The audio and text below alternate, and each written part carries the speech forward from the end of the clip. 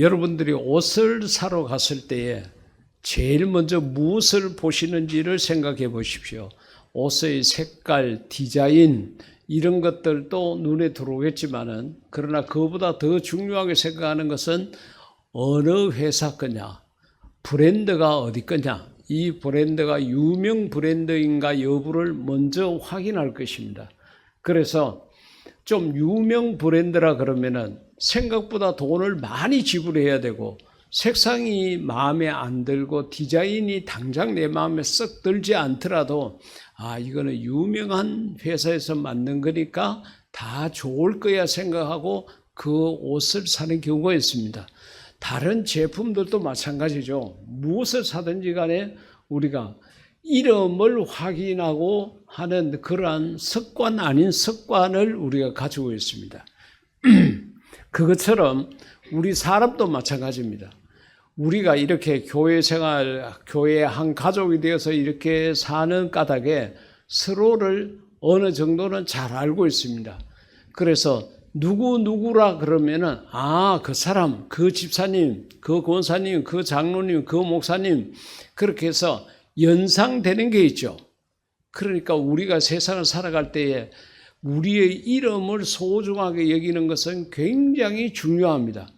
내 이름이 들어가 있는 곳은 거기에 그 이름에 합당한 내 책임과 의무를 잘해야 됩니다. 그래야 나중에 내 이름이 더럽혀지지 않습니다. 누가 이야기한 거라 그러면 그 사람 이야기는 무조건 믿을 수 있다. 그렇게 해서 신뢰를 얻는 것이 참 중요하다는 것입니다. 여러분 12월 25일이 온 세상이 예수님 생일로 기억을 하고 예수님의 이름을 기억합니다.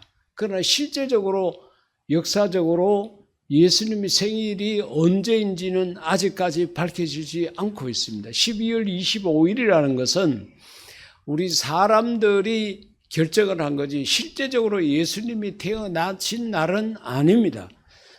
그래서 여러 학자들이 여기에 대해서 관심을 갖고 예수님이 과연 며칠 날 이 세상에 태어났을까? 아직까지도 그것을 연구하고 그렇게 하고 있습니다. 하지만은 12월 25일은 온 지구촌이 전부가 다 예수님이 태어나신 날이라고 생각을 하고 있고 또 그날에 축하를 하고 기뻐하고 즐거워하고 여러 가지 성탄 맞이를 하고 있습니다. 우리가 얼마 전에 계엄이 대통령에 의해서 선포되었습니다. 그런데 저 개인적으로 봤을 때는 그날은 저는 잠을 일찍 잤기 때문에 계엄이 선포됐는지 어떻게 무슨 일이 있었는지를 전혀 몰랐습니다. 아침에 급식을 하러 나가서 이렇게 이야기를 들어보니까 간밤에 대통령이 계엄령을 선포했고 해제했다는 이야기를 들었습니다. 그것처럼 내가 기억하지 못하고 내가 알지 못하지만은 내 이름에 대해 가지고 여러 사람들에게 내 이름이 거론이 되고 그 사람 어떤 사람이라는 것이 항상 평가 아닌 평가가 되고 있다는 것을 우리가 기억을 하고 이 세상 사는 동안에 나의 말 한마디 행동 하나에 신중을 기하고 내 이름이 들어가 있는 곳에는 최선을 다해서 내가 그 역할, 그 책임을 잘 감당을 해야 될 것입니다.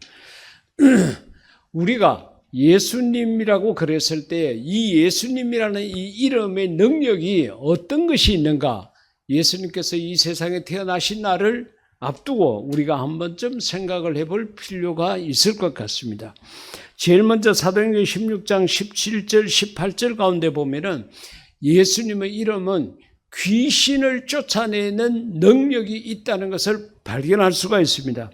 그가 바울과 무리를 따라와 소리질러 이르되 이 사람들은 지극히 높은 하나님의 종으로서 구원의 길을 너희에게 전하는 자라 하며, 그러니까 이 성경을 쭉 읽어보게 되면은 우리가 전에 보던 성경에는 한 계집 종 하나가 그렇게 표현이 되어 있습니다.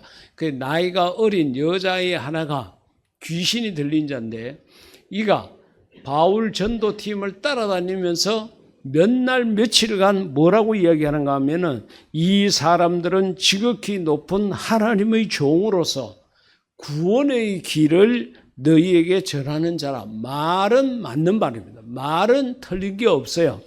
그런데 이같이 여러 날을 하는지라 그같이 이야기했습니다.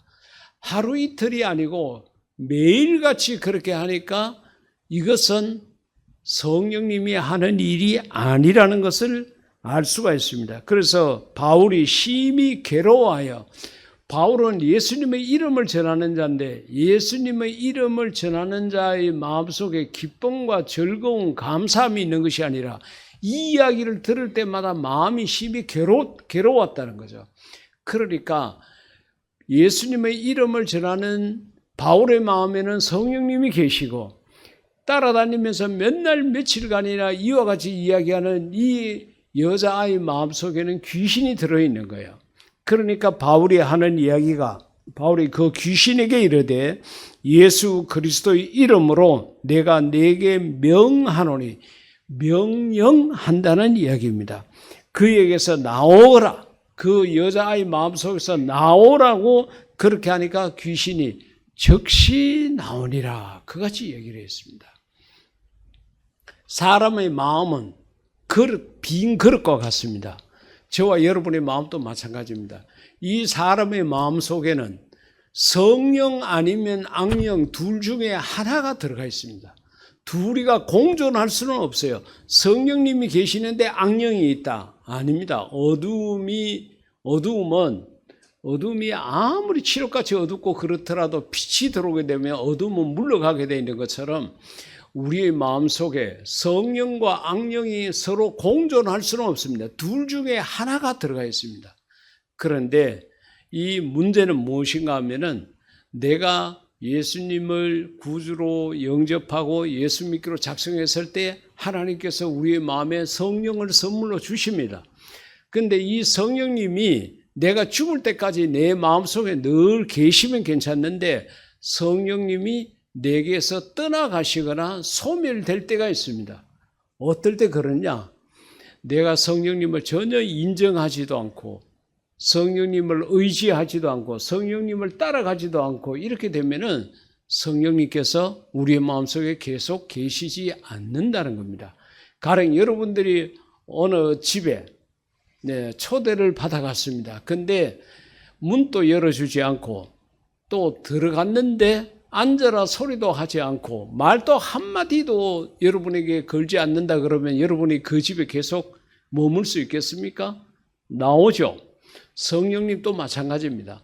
하나님께서 우리에게 성령님을 주셨는데 내가 성령님을 전혀 인정하지도 않고 성령님의 인도하심에 순종하지도 않고 성령님과의 교통하심이 전혀 없고 그렇게 되게 되면 성령님께서 우리 속에 안 계셔요. 성령님이 우리를 떠나신다는 거죠. 성령님이 성령의 소멸이라고도 이야기를 합니다. 마치 고무풍선에 우리가 풍선을 불어가지고 하루 놔두면은 그 이튿날 자고 나면 어느 정도 바람이 빠져 있습니다. 시간이 갈수록, 날이 갈수록 자꾸 쪼그라들어서 나중에는 바람이 없는 듯한 그러한 상태가 됩니다. 그런 것들은 소멸된다고 우리가 말할 수가 있습니다. 성령님께서 여러분의 마음속에 계신다고 믿으십시오. 왜 그런가 하면은 여러분들이 예배의 자리에 이렇게 오셨다는 것이 여러분들이 하나님의 말씀을 듣는다는 것이 여러분 마음속에 성령님이 계시기 때문에 가능한 것입니다. 성령님이 아니면 예수님을 주라고 할 수 없고 하나님을 아버지라고 고백할 수가 없습니다.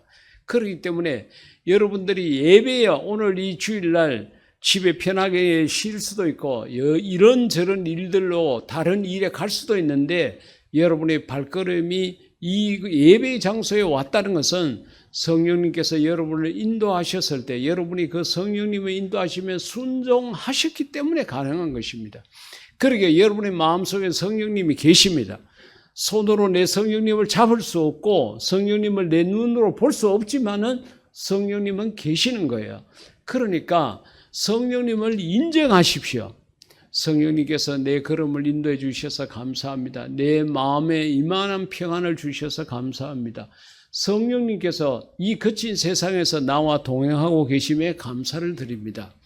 성령님을 인정하고 성령님께 감사도 드리고 성령님의 인도하심이 있을 때 거기에 따라서 순종하는 모습을 가지십시오.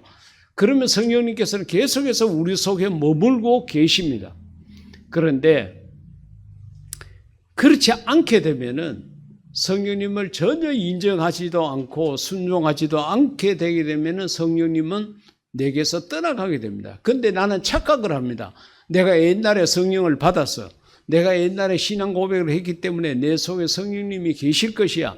나는 그렇게 착각을 하고 있고 내 마음속에 성령님은 이미 떠나가셨고, 그러면 성령님이 떠나간 자리에 빈 마음이 그냥 있느냐? 절대로 그렇지 않습니다. 귀신이 귀신같이 알고는 우리 마음속에 들어와 버립니다. 그리고 악령이 내 속에 들어와서 내 생각을 주관하고 내 말을 주관하고 내 생각을 주관합니다. 내 걸음을 주관합니다. 욕심대로 살아갈 수 있도록 자꾸 이끕니다. 그러면은 나는 이제 큰 착각을 하고 있는 거죠. 내 속에 실제적으로는 악령이 들어가 있는데 옛날 것을 생각해. 옛날에 내가 기도 많이 했고, 옛날에 내가 열심히 헌신했고, 옛날에 내가 은혜를 받았고, 옛날에 내가 부흥회 얼마나 큰 은혜를 입었는데 옛날을 생각해가지고 성령님이 아직까지도 계신다고 착각하는 거예요. 그리고 그 마음속에서 역사하는 악령이 우리의 욕심대로 자꾸 가도록 하거든요. 그래야 빨리 망합니다. 욕심을 따라가면 망하는 지름길이거든요. 그러니까 내가 하고 싶은 대로 성령님이 인도하네라고 착각을 하고 자꾸 따라가게 되는 거예요. 실제적으로는 그것이 성령님의 인도하심을 따라가는 것이 아니라 악령을 따라가는 거예요. 그런데 내 스스로는 성령이 내 속에 계시고 성령님이 인도하신다고 착각을 하며 살아가는 거예요. 절대 그런 일이 없기를 주의 이름으로 부탁드립니다. 성령님을 끊임없이 기도할 적마다 성령님의 충만을 간구하시고 성령님께서 내 속에 계신다고 생각하고 늘 성령님과 동행하는 걸음을 걸으십시오. 성령님 감사하다고, 성령님께서 나를 위해서 나를 이렇게 지켜주시니 감사하다고 그렇게 성령님께 감사하는 것도 잊지 말아야 합니다. 바울의 마음속에는 성령님이 계셔서 지금 목숨을 걸고 예수님의 이름을 전하고 있는데 이 계집종 아이 마음속에 있는 악령이 계집 아이를 이용해가지고 계속해서 바울을 괴롭히니까 바울이 예수님 이름으로 그 귀신을 쫓아낸 거예요. 그러니까 즉시 나가더라. 그같이 이야기했습니다. 여러분, 귀신이라는 것은 우리의 몸에 들어와서 주로 온갖 병을 많이 줍니다. 그래서 몸은 아픈데 병원에 가도 이상하게 특별하게 아픈 데가 없다고 그래요. 아무리 검사를 해도 아픈 곳이 나오지 않습니다. 그런데 나는 마음이 우울하고 힘들고 괴롭습니다. 계속해서 힘든 상황이 계속 이어지게 되는 거예요. 이럴 때는 여러분, 귀신이 우리들에게 주는 병 가운데 그런 병이 많으니까 눈에 귀신이 보이도 않았는데 무슨 예수님 이름으로 귀신을 쫓노? 그렇게 생각하시지 말고 오늘 이 사도행전 16장에 나타나 있는 바울이 했던 이것을 본받아 가지고 예수님 이름으로 명령하십시오. 내 속에 들어와 있는 이 더러운 귀신아, 내가 나사렛 예수 이름으로 명하노니 너는 내게서 떠나갈지어다라고 명령을 하십시오. 그렇게 하게 되면 귀신은 떠나가게 되어 있습니다. 예수님의 이름 외에는 귀신을 쫓아낼 수 있는 방법이 없습니다. 한때는 우리나라의 기도원에서 귀신 들린 사람을 몽둥이로 두들겨 패고 막 이렇게 해가지고 사람을 죽게 하고 이렇게 했던 일들이 가령 뉴스에 나오고 했는데 그건 전혀 성경적이지 않습니다. 귀신이 몽둥이를 무서워하지 않습니다. 귀신은 예수님의 이름을 무서워하는 거예요. 그러니까 여러분, 예수님의 이름을 우리의 마음속에 가졌으니까 여러분 정말로 꼭 귀신이 보여야 되는데 귀신이 보인다 그러면 우리는 세상을 못 삽니다. 오만상 귀신이 있기 때문에 귀신을 피해서 살 수가 없어요. 다행히 하나님께서 우리 육신의 눈으로 귀신을 안 보게 하시고 성령님의 은사로 특별한 경우에만 영을 분별할 수 있도록 그렇게 해 주셨는데, 안 보이더라도 여러분들이 예수님 이름으로 귀신을 쫓아내서 여러분의 몸에는 건강이 있고 마음에는 평안이 있기를 주의 이름으로 축복합니다. 두 번째로 같은 사도행전 3장 말씀을 보게 되면은 병든 자를 건강하게 하는 것이 예수님의 이름의 능력입니다. 우리 본문 말씀으로 정한 것처럼 베드로와 요한이 성전에 들어가려고 했다 그랬습니다. 기도하는 시간, 제9시라고 그랬습니다. 성경에 나타나 있는 시간에다가 지금 우리가 사용하고 있는 시간을 계산하려고 그러면은 3시간을 더하면 됩니다.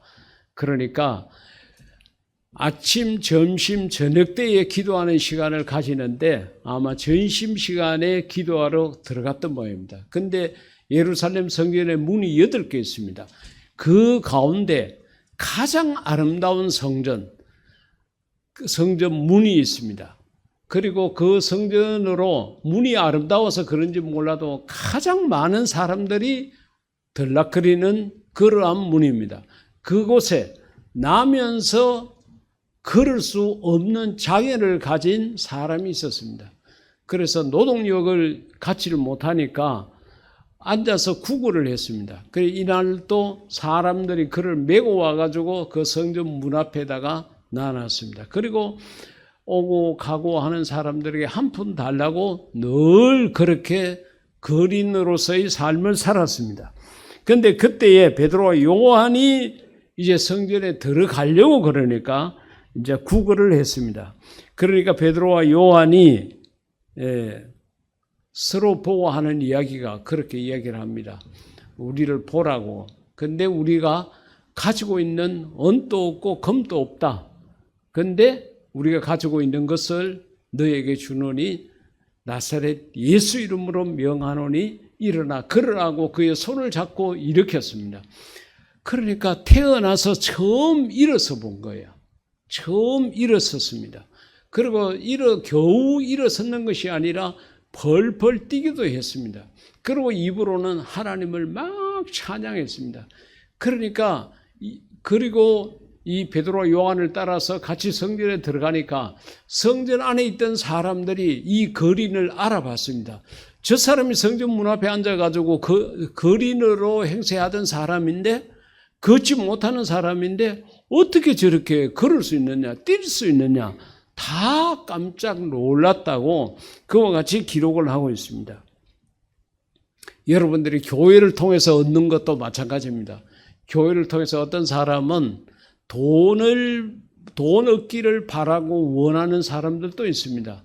교회가 당연히 이런 일을 해야 되지 않느냐, 그렇게 하면서 내가 형편이 어려우니까 나에게 돈을 달라, 왜 나를 도와주지 않느냐, 이렇게 말하는 사람들도 있습니다. 그런데 교회는 예수님의 이름을 전하는 곳이고, 교회를 통해서 여러분들이 받으셔야 될 것은 예수님의 이름을 받으셔야 합니다.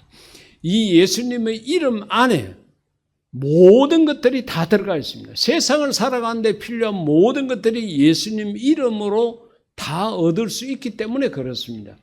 여러분들이 교회를 통해서 다른 건 몰라도 예수님에 대해서만큼은 정확하게 아셔야 됩니다.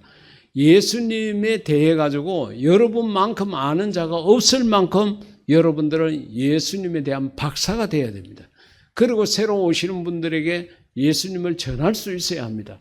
그리고 여러분들이 세상에서 만나는 사람들에게 예수님은 이런 분이라고 정확하게 전할 수 있어야 됩니다. 그것이 우리 성도의 삶인 것입니다. 교회의 가장 근본적인 것은 바로 예수님입니다. 예수님을 전하도록 하기 위해서 하나님께서 이 경산 아름다운 교회를 세우셨고, 이 교회를 지금까지 인도하고 계시기 때문에 그렇습니다. 이 땅에 있는 모든 교회를 하나님께서 세운 그 목적이 예수님의 이름을 전하라고, 예수님께서도 우리들에게 그렇게 부탁하셨습니다. 가서 내 증인이 되라고 말씀을 하신 거예요. 그렇기 때문에 우리 교회는 땅끝까지 복음을 전하는 선교하는 교회, 선교라는 것이 예수님의 이름을 전하는 것이거든요. 이것이 우리 교회의 목표이기도 하지만은 사랑하는 성도 여러분들의 삶의 목적이 되어야 됩니다. 왜 내가 세상을 사느냐? 사는 목적이 뭐냐? 딴 거 없습니다. 예수님의 이름을 전하기 위한 것. 그것이 내게 사는 목적이라고 고백하고 그러한 삶을 살아야 합니다. 그렇기 때문에 우리가 이 성탄절기를 앞두고 예수님이 2000여 년 전에 아기의 모습으로 오셨다는 것, 그것을 우리가 회상하면서 역사적인 예수님을 만나려고 생각하지 말고 내 속에 계시는 그 예수님을 내가 다른 사람들에게 전해야 되겠다. 예수님의 이름 전하기를 하나님이 원하고 계신다는 것을 꼭 기억을 하시고 여러분들이 새해에 내가 어떻게 살아야 될 것이냐 삶의 목표를 결정할 때에 예수님이 여러분 마음의 중심에 있고 예수님이 여러분 삶의 목표가 될 수 있기를 주의 이름으로 부탁을 드리겠습니다. 여러분 우리가 몸이 아플 때에 내가 병원을 가고 약을 먹고 하는 거 치료받고 하는 거 괜찮습니다. 일부 보수적인 성격을 가진 그런 분들이 예수 믿는 사람은 병원 가면 안 된다고 약 먹는 것은 믿음이 없는 일이라고 그와 같이 말하기도 하는데 전혀 그렇지 않습니다. 그렇게 하시되 하나 더 하셔야 될 게 있습니다. 예수님 이름으로 기도하십시오.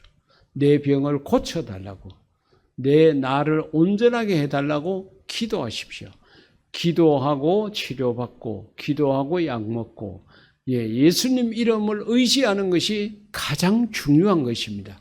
그렇기 때문에 우리가 세상을 살아가다가 육체적으로 병든 몸을 가지게 되었을 때 우리가 정말 의지하고 나의 소망으로 삼아야 될 것이 바로 예수님이다 하는 것을 잊지 마시고 여러분들은 혹시 그러한 모습을 가지게 되었을 때에 예수님의 이름을 꼭 의지하시고 예수님 이름으로 기도도 하시고 예수님 이름을 더욱더 사랑하는 그런 성도 여러분들이 되시기를 주의 이름으로 부탁드립니다.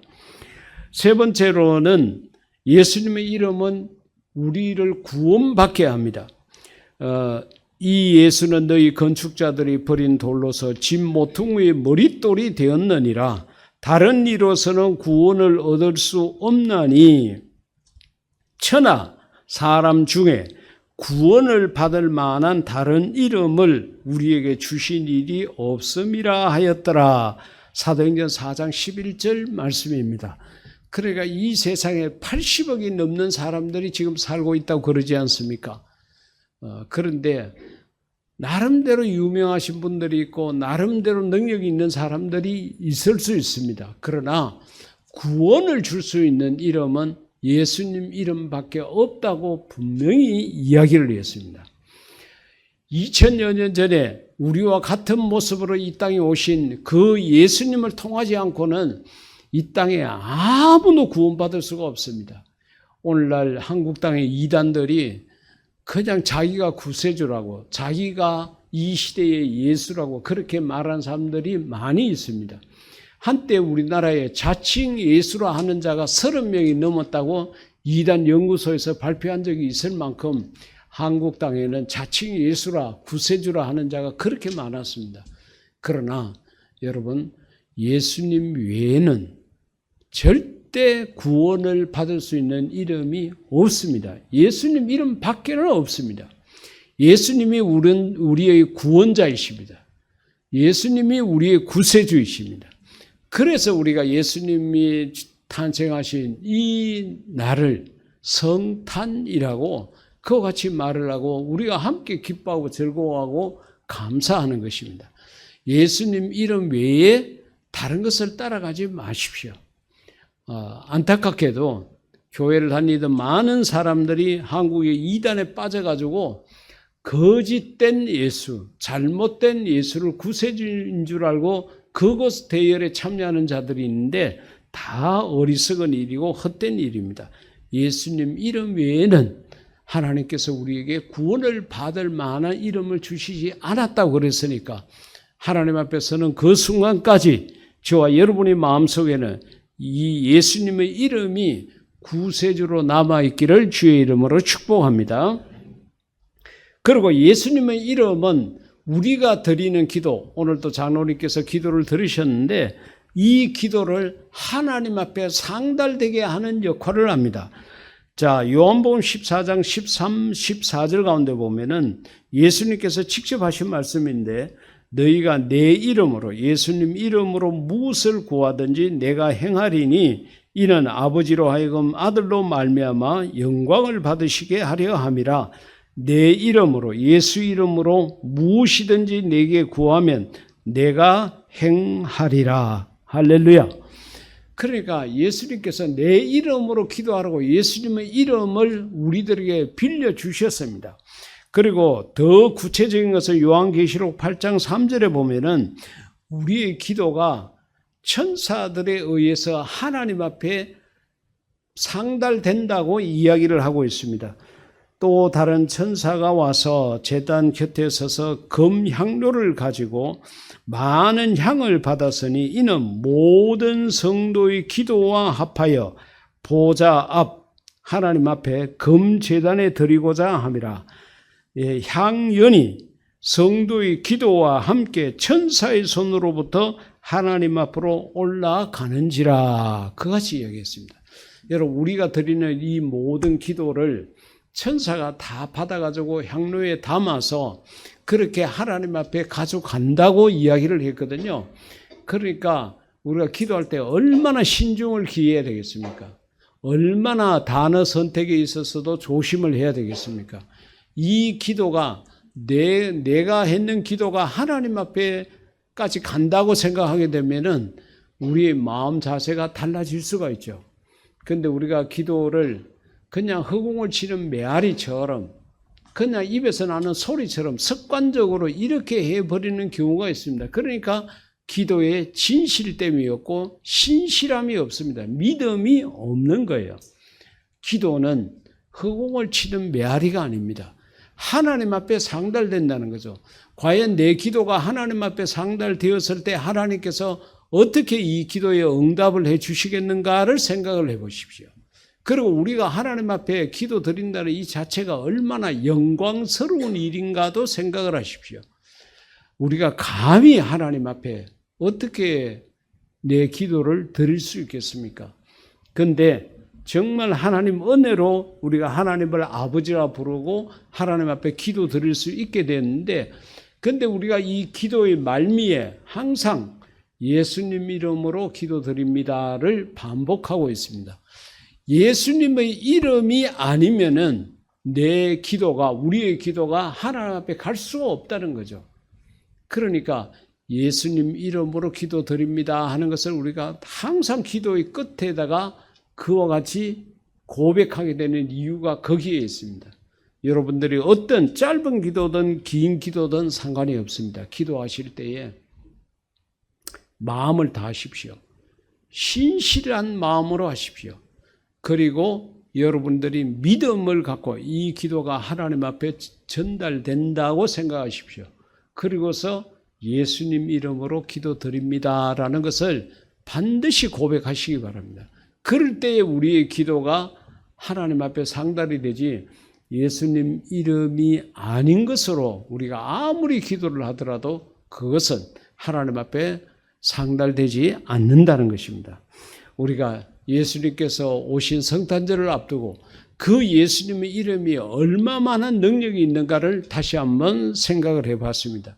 우리의 기도를 예수님의 이름이 하나님 앞에 전달되게 하시고, 예수님의 이름이 우리를 구원받게 하시고, 병든 자를 건강하게 하시고, 귀신을 쫓아낸다는 것을 생각하시고, 여러분, 이 이름이 우리 속에 있으니까 이 이름을 마음대로 사용하십시오. 기도할 적마다 사용하시고 귀신을 쫓아낼 적마다 사용을 하십시오.